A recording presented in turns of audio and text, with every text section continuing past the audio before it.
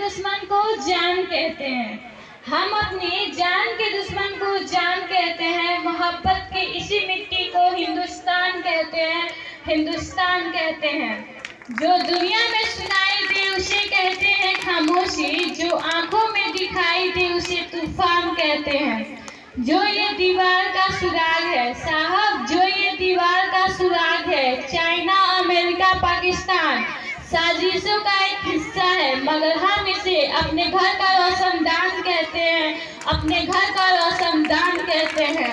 परम सम्मानीय निर्णय मंडल के सदस्य, सभा में उपस्थित सभी गणमान्य व्यक्ति, मैं खुशी कुमारी देश प्रेम और राष्ट्र निर्माण के उपलक्ष्य पर अपना विचार आप सभी के साथ साझा करना चाहूंगी। आजादी, आजादी की असली मतलब वही समझ सकता है जिसने गुलामी की हो।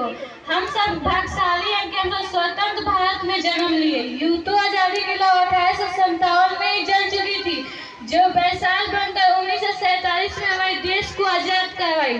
प्राचीन, मध्यकालीन, नववर्तमान भारत के उदाहरण से स्पष्ट करना चाहूंगी कि जब हम फिरंगियों के फेरे में फंस गए थे तो रंग दिवस अंती एक आवाज में टोला के टोलों मनाते थे और वंदे मातरम के नारों से खून में आने वाला पास पास दिखेगा तूफान सांस से जरूर मिला देता था।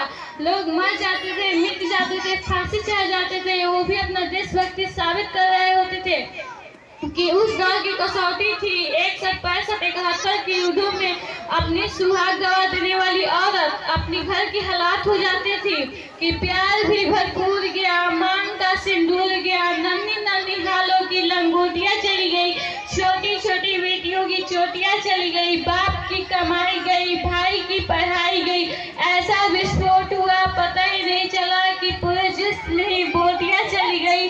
आपके लिए तो एक आदमी मरा है साहब, किंतु मेरे घर की रोटियां चली गई, मेरे घर की रोटियां चली गई वाले हालात पैदा हो जाने के बावजूद भी एक माँ अपने बेटे को सड़क पर भेज देती थी दुश्मनों को धज्जियां उड़ाने के लिए। उसे पत्र लिखाकर ये भेजा करती थी कि अम्मा ने खत लिखा है बड़े ही चाव से, पुत्र मेरे ना घबरा जाना, 1 इंच न हटना, चाहे 1 इंच कट जाना, चाहे 1 इंच कट जाना। इस तरह पूरा परिवार देशभक्त साबित कर रहा होता था। तब देश बलिदान मांग रहा होता था, तब देश मर जाने को, मिट जाने को, फांसी चढ़ जाने को कहता था। लेकिन अब देश मर जाने को, मिट जाने को, फांसी चढ़ जाने को नहीं कहता, बल्कि मेरे विचारों में एक ईमानदार व्यक्ति पूरी मेहनत, पूरी लगन से काम करे, वही एक बड़ा देशभक्त है। जय हिंद, जय भारत।